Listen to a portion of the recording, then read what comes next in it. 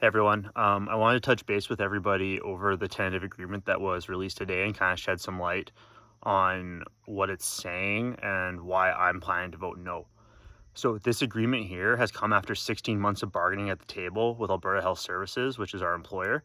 Like I said before, we know that they're getting binding secret mandates from the Alberta government.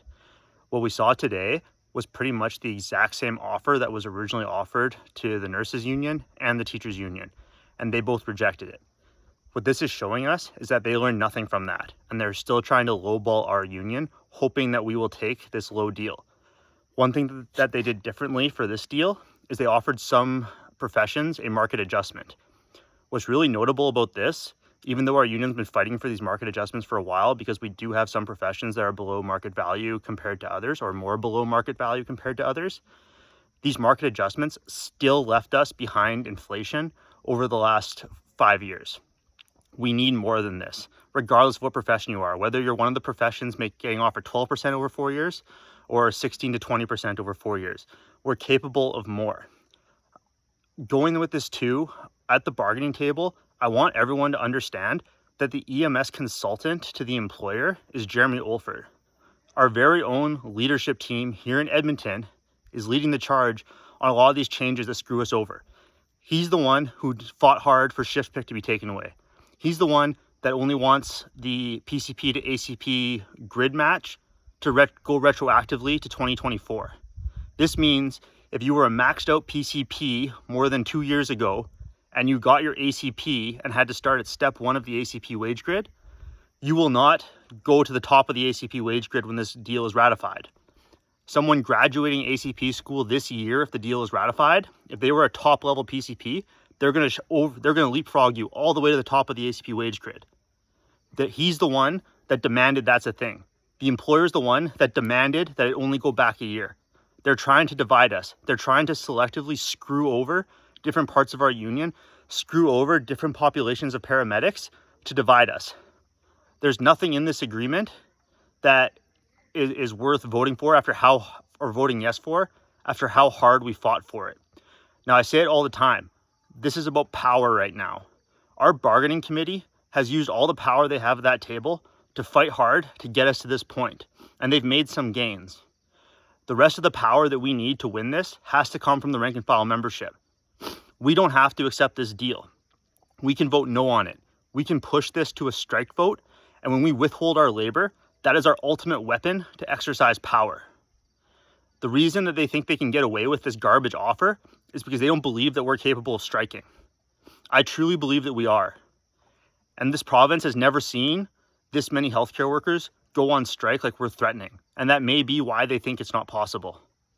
We strike to win. We strike for a better contract. We don't need to accept this.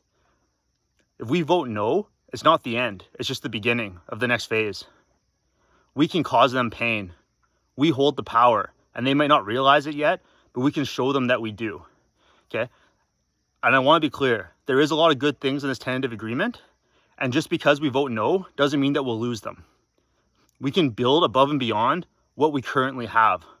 We get the final say as members. We're the ones who get to say yes or no. The bigger the union doesn't have the ability to accept a deal on our behalf.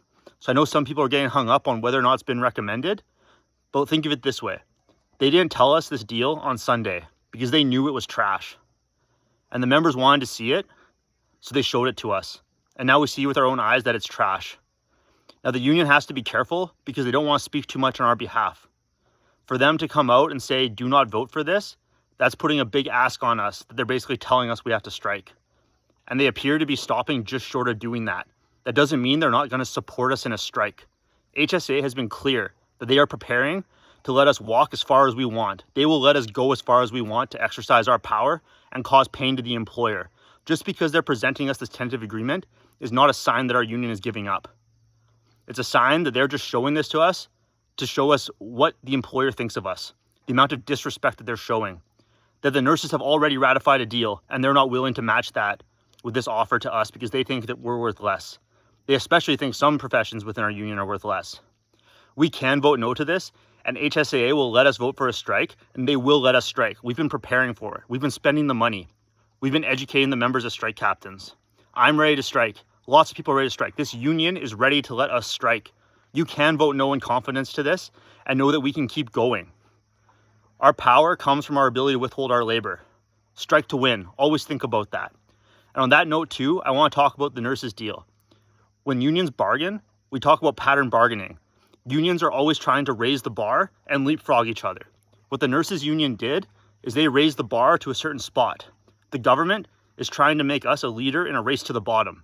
They don't want us to match that bar that the nurses set. They want us to lower it so that we can set a lower bar for the teachers and the government workers and every other public sector union in this province. We can set a lower bar. We don't need to accept this. And I doubt that we're going to, because we're not scared of what comes next. We deserve at least what the nurses got. We can win this, guys. I really want to encourage everyone to read that tentative agreement closely and ask yourself, it might be okay, but is it good enough? We can do better.